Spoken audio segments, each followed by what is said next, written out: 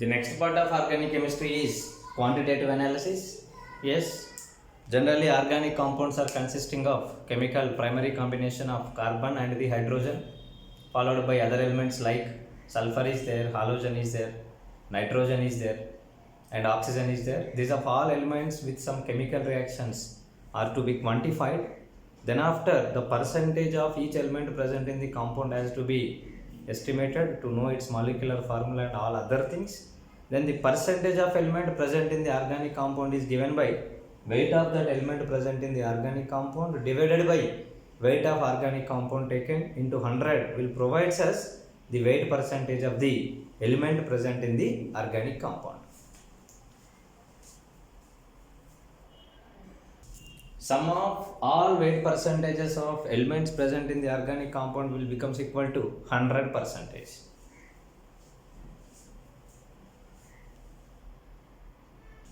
The elemental analysis, otherwise the quantitative analysis used for the quantitative estimation of carbon and the hydrogen is a common method. That method is said to be the Liebig's method. Similarly, halogen estimation is known as Correa's method, and sulfur estimation is done through some chemical transformations. Phosphorus estimation can be done in two ways, nitrogen by two ways. One is Dumas method, second one is Geldar's method. Whereas oxygen, by knowing all the elements percentages 100 minus that one will provide, and another one method, that is carbon monoxide method, otherwise the I2 pentoxide, I2O5, iodine pentoxide method can also be applied. These of all are the general names of the methods that are used for the quantitative estimation of elements present in the organic compounds. The first one is quantitative estimation of carbon and the hydrogen present in the organic compound. The method applied is Liebig method. In this, a combustion glass tube is taken and it is having apparatus connected in such a way that a inlet for the supply of oxygen gas and a burner place where the heating of the organic compound is possible. Organic compound is taken in a platinum bowl, and this is OC stands for organic compound, and it is next chamber is connected to it is cupric oxide pellets. Cupric oxide is acting as oxidizing agent, whereas under heating conditions this cupric oxide is converted to cuprous oxide followed by oxygen. So therefore here oxygen implies here, if I take 4,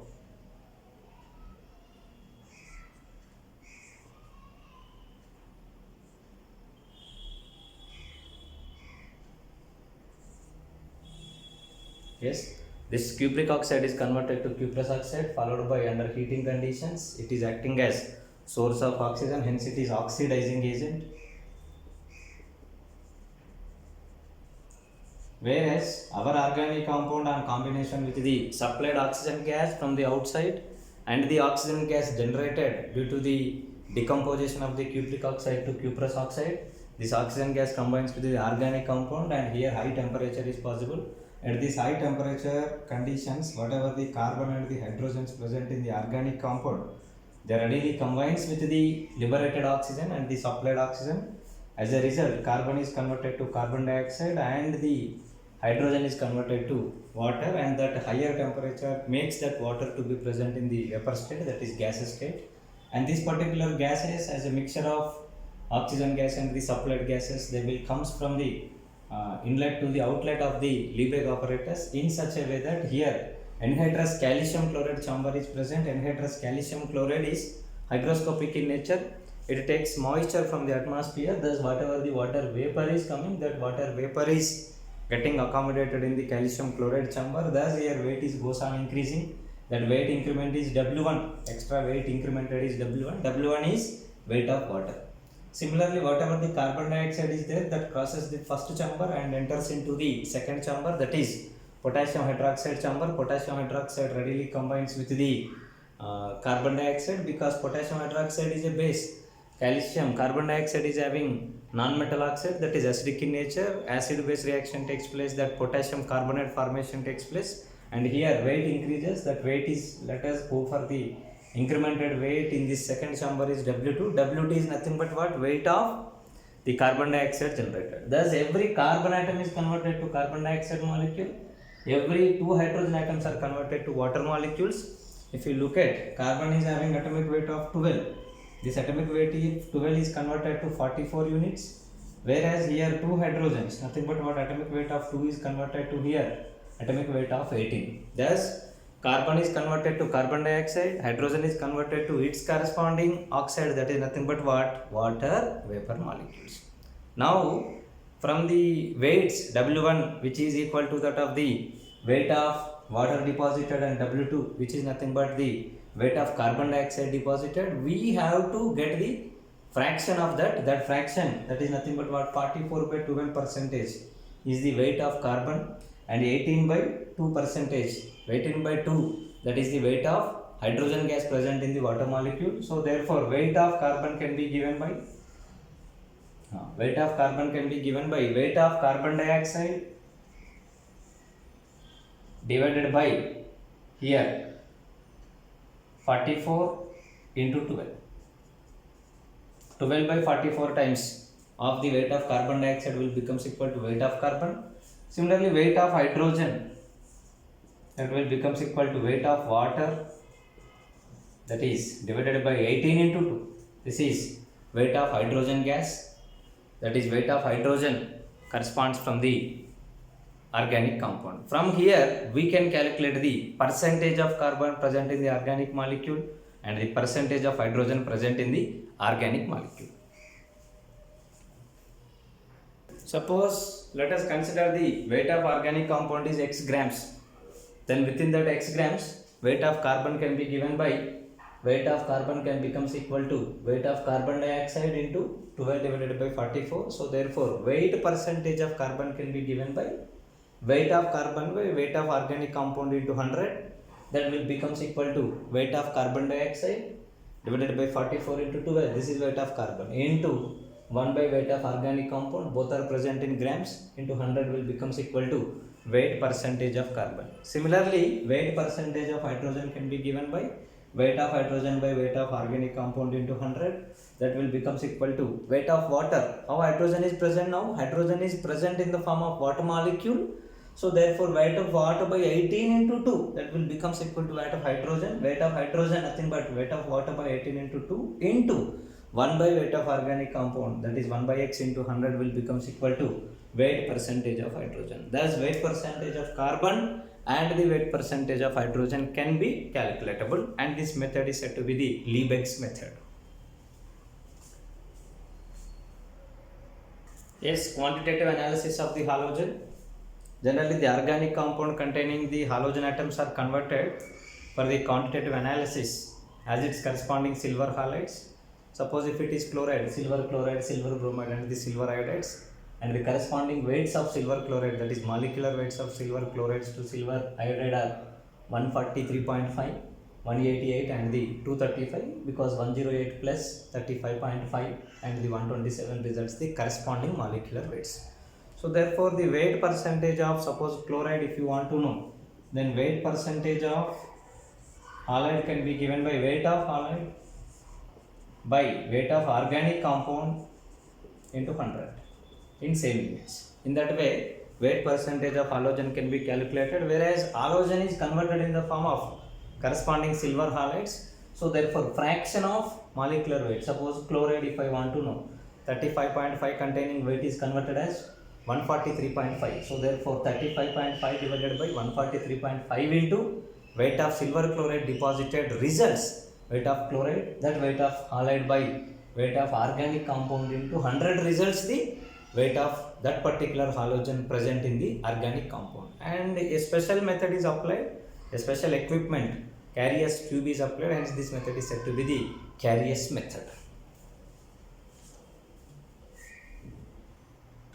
Carius method, in this a special equipment, a special glass apparatus has to be taken, which is a sealed glass tube having an entry place, whereas in that organic compound of a specific weight was taken, and this is the organic compound, whereas to this organic compound concentrated HNO3 is added and some amount of silver nitrate is also added. Then it is heated under Bunsen burner conditions. As a result, here chemical transformations takes place. Under that concentrated HNO3 followed by silver nitrate conditions followed by heating, that organic compound was broken into its elements, and the halogen, if any, is present, that is reacted with the silver nitrate, and it is converted for the silver halide as a precipitate, and this is removed from the burner and cooled, and it is crushed, followed by it is weighed. The corresponding amount of silver halide whichever is formed, that is going to be weighed over here. Now the whatever the halogen is there, halide is there, that halide is converted as silver halide. So therefore weight of halogen can be calculated from their molecular weights. Thus weight percentages of halogen can be given by weight of halogen divided by weight of organic compound into 100. With this formula, weight percentages of chloride, bromide, iodide can be calculated, whereas weight of X can be given by, suppose if it is chlorine, weight of chlorine can be given by, weight of bromine can be given by, and weight of iodine can be given by S. Suppose in case of chlorine, this is weight of silver chloride divided by, here 35.5 is the chlorine weight, and that now it appears in the form of what? 143.5.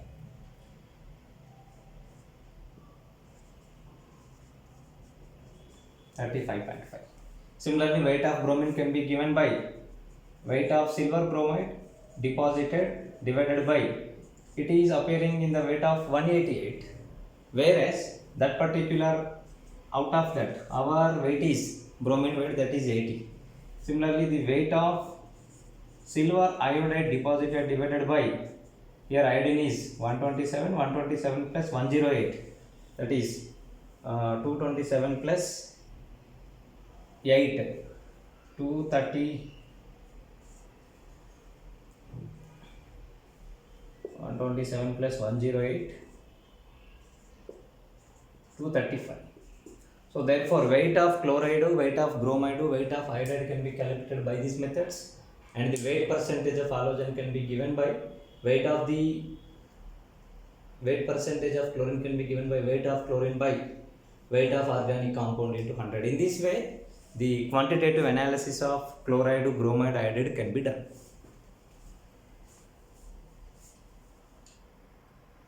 Yes, quantitative analysis of sulfur.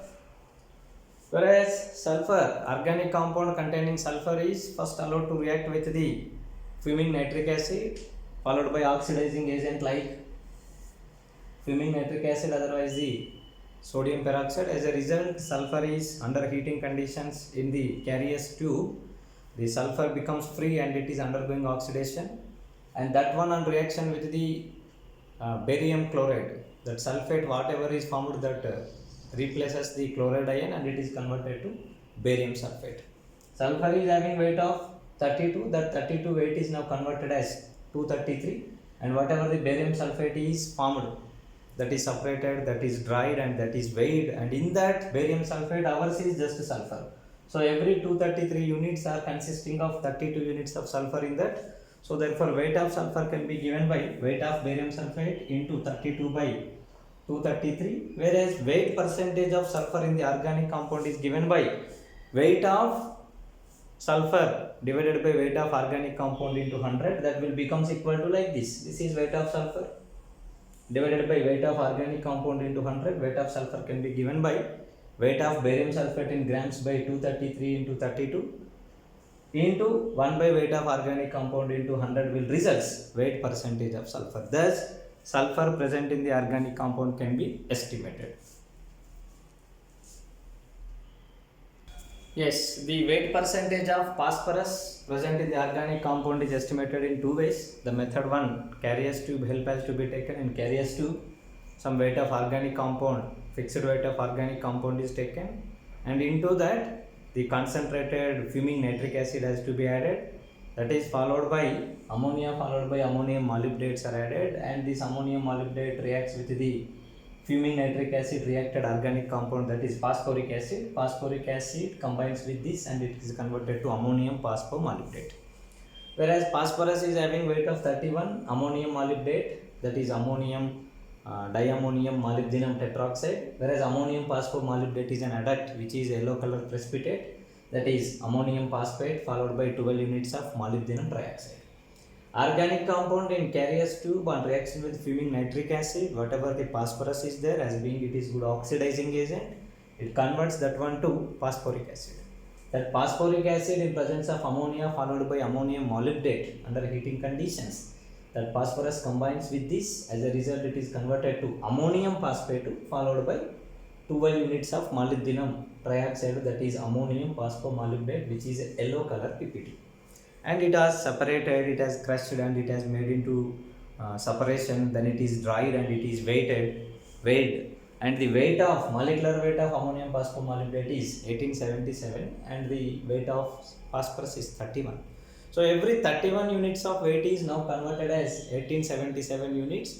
So therefore total weight of ammonium phosphomolybdate, our weight of phosphorus will becomes equal to 31 by 1877 times of total weight of ammonium phosphomolybdate. This is weight of phosphorus by weight of organic compound into 100 results the weight percentage of phosphorus present in the organic compound. Yes, in the second method, here the reagents are differed. Chemical reactions will be different and the formed product is differed. And in this method, the general chemicals used are HNO3, sodium peroxide, magnesium mixture, that is magnesium chloride and ammonium chloride 1:1 ratio. As a result, it forms magnesium ammonium phosphate. On heating, this magnesium ammonium phosphate is converted to magnesium pyrophosphate, that is Mg2P2O7. And here organic compound is heated with either fuming HNO3, otherwise the sodium peroxide, that is oxidizing agent. As a result of its reaction, the phosphorus present in the, and this particular reaction is executed in the carrier's tube only, and that is converted to phosphoric acid. Whatever the phosphorus is there, that is converted to phosphoric acid. This phosphoric acid, whichever is formed, is allowed to react with magnesia, that is magnesium chloride and the ammonium chloride mixture. 1:1 mixture is said to be magnesia. As a result of this reaction, the hydrogen is replaced by the corresponding cations like magnesium as well as the ammonium phosphate formation takes place. Magnesium ammonium phosphate, whichever is formed on heating, it undergoes dimerization and it leads to the formation of magnesium pyrophosphate, which is a precipitate Mg2P2O7. And this reaction was completed and it was separated, it was cleaned and it was dried and it was weighed, and the corresponding weight of magnesium pyrophosphate is calibrated over there. So therefore weight of phosphorus can be given by, here a magnesium pyrophosphate is having 2 units of phosphorus. 2 units of phosphorus is, here phosphorus is 31, this will becomes equal to 62 divided by its molecular weight is 222 into weight of magnesium pyrophosphate, that is Mg2P2O7 generated, whereas weight percentage is given by this total divided by weight of organic compound into 100, that is weight percentage of phosphorus will becomes equal to 62 divided by 222 into weight of magnesium pyrophosphate in grams divided by weight of organic compound in grams into 100 provides us the weight percentage of phosphorus present in the organic mixture. In Dumas method, for the calibration of quantitative estimation of amount of nitrogen present in the organic compound is first heated over the oxidizing agent, that is cupric oxide. As a result, and in order to avoid the atmospheric nitrogen, here this process is executed under the atmosphere of carbon dioxide. Whereas cupric oxide is oxidizing agent, it produces oxygen. That oxygen combines with the, under vigorous conditions, with the elements of the organic compound, and thus nitrogen is converted to nitrogen oxides. Majority of nitrogen as nitrogen, and hydrogen is converted to water molecules. And this was sent through the copper gauge under heating conditions, which reduces once again nitrogen oxides to nitrogen. Thus total nitrogen is converted into the nitrogen form, and it is having carbon dioxide along with it, and it was allowed to pass through the aqueous potassium hydroxide solution, which takes the carbon dioxide and it is converted to potassium carbonate. Water vapor is also trapped over here. Thus we will be getting pure nitrogen gas, and the nitrogen amount as of its volume is concerned, it is calculatable. Thus by applying the gas laws like P1 V1 by T1 will becomes equal to P1 V1 by N1 T1 is equal to P2 V2 by N2 T2. Yes, if it is not the ideal conditions, if it is not the normal conditions, then we will make this one to adjust to the normal conditions. So therefore here its pressure, its volume, its temperatures are made to the STP conditions. As a result, its volume can be calibrated. If this volume is not the STP volume, this value will becomes equal to the STP volume. As we know its volume by applying PV is equal to nRT. Yes, by applying PV is equal to nRT. So I know the volume conditions, I know the STP pressure conditions, I know the temperature conditions, thereby I can calculate the weight, that is number of moles implies weight by molecular weight also I know. Thereby I can calculate the weight of nitrogen present in the organic molecule. Thereby weight percentage can be given by weight percentage of nitrogen can be given by weight of nitrogen by weight of organic compound into 100. Generally for 1 mole of nitrogen the weight will becomes equal to 28 grams, whereas that is coming from the 22.4 liters. So therefore weight of nitrogen can be given by, from that particular relation we can calculate, thus weight percentage of nitrogen will becomes equal to, yes, suppose if I got the nitrogen volume under certain conditions of temperature and pressure, P as pressure, V as volume at T temperature, and if I divide PV by RT, that will becomes equal to number of moles. That number of moles will becomes equal to weight by molecular weight. I know the molecular weight, I can calculate the weight. Thus weight of nitrogen, weight percentage of nitrogen can be given by weight of nitrogen by weight of organic compound into 100. Else it can also be calculated from the volume relation. Under STP conditions, if I calculate the volume, I know under STP conditions 1 mole of nitrogen is having a volume of 22,400 ml. So therefore volume of nitrogen in ml divided by 22,400 ml offers a weight of 28. So therefore the fraction into 28, that results the weight of nitrogen by weight of organic compound into 100 results the weight of nitrogen, the weight percentage of nitrogen in the organic compound. Yes, the second method for the estimation of quantitative estimation of percentage of nitrogen present in the organic compound is Geldar's method. In this Geldar's method, in the first step, whatever the nitrogen present in the organic compound is there, that has to be quantitatively converted to the corresponding ammonium sulfate. Thus, in order to convert nitrogen of organic compound to ammonium sulfate, here that organic compound is heated with concentrated sulfuric acid followed by potassium sulfate, copper sulfate solid in presence of mercury as a catalyst. Thus, on reaction of organic compound with concentrated sulfuric acid and the copper sulfate in presence of a drop of mercury as a catalyst, the total nitrogen present in the organic compound is converted to ammonium sulfate. That ammonium sulfate is separated. Now that ammonium sulfate is taken in a round bottom flask, that is said to be Geldar's flask, and this was allowed to react with the excess amount of sodium hydroxide solution. As a result of its reaction with the sodium hydroxide under heating conditions, what happens is sodium hydroxide is a base, whereas that is reacts with the ammonium sulfate and it is converted to sodium sulfate. As a result, this ammonia, free ammonia is liberated. Quantitative ammonium sulfate is related, quantitative amount of ammonia gas is liberated. That ammonia gas is condensed and the condensed ammonia gas is allowed to enter into a acid chamber of known volume of standard acid, known volume and the known concentration of excess amount of acid like either HCl or sulfuric acid solution chamber is there. To that chamber, this ammonia gas has to be sent. Thus here what happens is ammonia is a base, ammonia reacts with the acid, but here it is excess amount of standard known volume of acid is allowed to react with the ammonia. So therefore some portion of acid is reacted, but some portion of acid left as it is. So therefore the leftover portion of acid is calibrated by making this one to react with the a known concentration of sodium hydroxide solution. Thereby whichever portion is not reacted, that can be calculatable.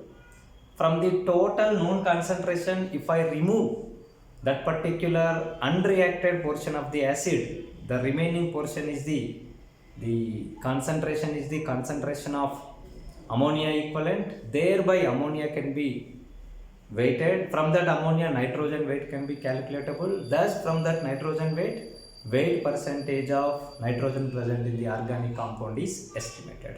Now let us go for the mathematical and the chemical calculations. When ammonia gas enters into the standard known volume of acid, then how calculations can be there, and thereby how nitrogen weight can be calculated from the given organic compound. Here once again for your notice, whatever the nitrogen is there, that nitrogen is converted to ammonium sulfate. Now that ammonium sulfate is allowed to react with excess amount of sodium hydroxide, here no issue, that it liberates the total nitrogen in the form of ammonia gas. That ammonia gas is allowed to enter into the known concentration of standard solution of excess volume containing acid, thereby some part of this acid is reacted with ammonia, some portion is left. That leftover portion is calibrated by making that one to react with the base like sodium hydroxide. Thus if I remove this particular remaining portion, the reacted portion, reacted concentration can be calculatable. That reacted equivalent will becomes equal to ammonia concentration. Thus ammonia can be weighed, thereby nitrogen can also be weighed. This acid can be HCl, this acid can be sulfuric acid. I will go for a common method, thereby we will come whether it is acid of HCl, acid of sulfuric acid, then what are the differences in the formula. Let us have a discussion. Yes, the total number of equivalents present in the standard excess volume of acid, that will becomes equal to number of equivalents of ammonia and the number of equivalents of base with which the titration was executed. Suppose if that base is generally that sodium hydroxide, whereas that acid may be sulfuric acid, this acid may be HCl, so therefore generally we are considering it as an acid. So its normality is N1, I know its concentration from the beginning, its volume as V1 liters. So total number of equivalents will becomes equal to N1 V1. That will becomes equal to number of equivalents with respect to ammonia followed by number of equivalents of base, that will becomes equal to V2 and N2. Ammonia equivalents can be given by N1 V1 minus N2 V2. Weight of ammonia can be given by number of equivalents into its equivalent weight, that is 17. Whereas weight of nitrogen present in this ammonia can be given by, nitrogen is of 14 out of every 17, so therefore this by 17 into 14 will becomes equal to weight of nitrogen. So therefore the weight percentage of nitrogen can be given by weight of nitrogen. This one will becomes equal to weight of nitrogen by weight of organic compound into 100. Suppose if that standard acid is HCl, if that standard acid is sulfuric acid, then what makes the formula difference? And this is, in this case, that volume is present in liters. If it is present in ml, then what will happen? We will write that formula related to the milliliters, then we will go whether it is HCl, then what makes the difference in this formula, and if it is sulfuric acid, then what makes the difference in this formula. Yes, if volume is present in ml, not in liters, I am converting the volume present in liters to mLs. So therefore if it is present in ml, so if V1 is in ml and V2 is in ml. Now if I want to convert that volume present in mLs to liters, every 1000 ml will becomes equal to 1 liter, that is V1 by 1000 is equal to liters, V2 by 1000 will becomes equal to liters. As a whole by 1000 I am dividing, and the same formula I am once again writing here, 14 by 17 weight of organic compound into 100. Whereas this is 1000, this is 100, and here 1 by 10 remains, that will convert 14 as 1.4. Hence the weight percentage of nitrogen can be given by 1.4 into N1 V1 minus N2 V2 by 17. Whereas N1 is normality of the standard acid, V1 is volume of the standard acid in ml, N2 is normality of the base, suppose this is sodium hydroxide, and this is here volume of sodium hydroxide in ml for the base like sodium hydroxide. Whereas this is for the standard acid, excess standard acid, that is HCl, or it may be the sulfuric acid. Suppose if it is HCl, then what happens? Normality will becomes equal to 1 if it is HCl.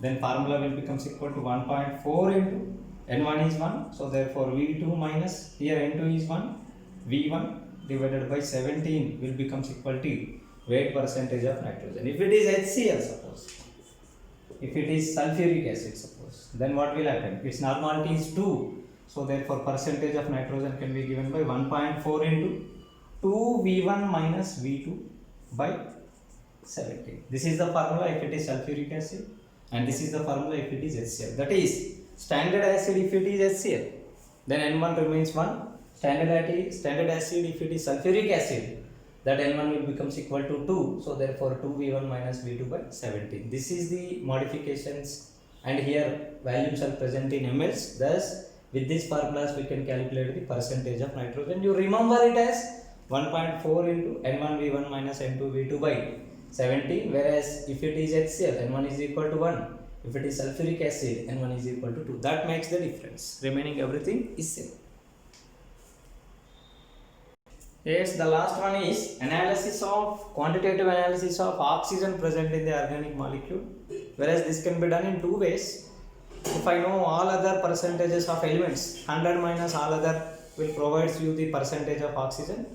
And second method, chemical method, is organic compound is heated under nitrogen atmosphere, thus decomposition occurs, some solid residues will be formed, and the all oxygen quantities of the organic molecule are converted to oxygen gas. Whereas this gas and the other gases are sent through the red hot coke. As a result, coke is acting as good reducing agent. Excess amount of coke is there. Hence, coke reduces oxygen to carbon monoxide. As being it is excess, and the oxygen becomes the limiting reagent, it forms the lower oxidation product, that is carbon monoxide. This carbon monoxide is now allowed to react with the iodine pentoxide, which is acting as oxidizing agent. This is oxidizing agent, undergoes reduction, and it is forming corresponding iodine, and the carbon monoxide is converted to carbon dioxide. Thus, in this carbon monoxide and the carbon dioxide, one of the oxygen is ours. This is coming from the organic molecule. So therefore weight of oxygen can be given by whatever the carbon dioxide is formed, that is weight of carbon dioxide. And in that, if I divide carbon dioxide by 44, in that ours is 1 oxygen atom weight, that will become equal to what? 16 by 44 times. So therefore weight percentage can be given by weight percentage of oxygen can be given by weight of carbon dioxide into 16 by 44 divided by nothing but what? This into 1 by weight of organic compound into 100. Else I will write the formula here, that is carbon dioxide weight divided by 44 into 16. This is weight of oxygen generated, that divided by weight of organic compound in same units into 100 provides you the percentage of oxygen present in the organic molecule. Here it is 16 but not the 32. Remember the thing, because our oxygen of organic molecule is converted to the limited oxide of the carbon, lower oxide of the carbon, that is carbon monoxide. This oxygen is ours, but not any other oxygen. So therefore this is oxidation product. We are not considering the total 32. Out of this 44, 16 is ours. 16 is coming from the reaction mixture, and carbon is from the red hot coke, it is coming, that 12 is not at all counted. So therefore the percentage calculation of oxygen, quantitative percentage calculation of oxygen in the organic compound can be given by weight of carbon dioxide coming out in grams divided by 44 into 16 into 1 by weight of organic compound taken into consideration into 100. Important molecular weights necessary for the calculation of quantitative estimation of compounds are silver chloride 143.5, silver bromide 188, silver iodide 235, barium sulfate 233, and ammonium phosphomolybdate, that is 1877, and magnesium pyrophosphate, that is 222.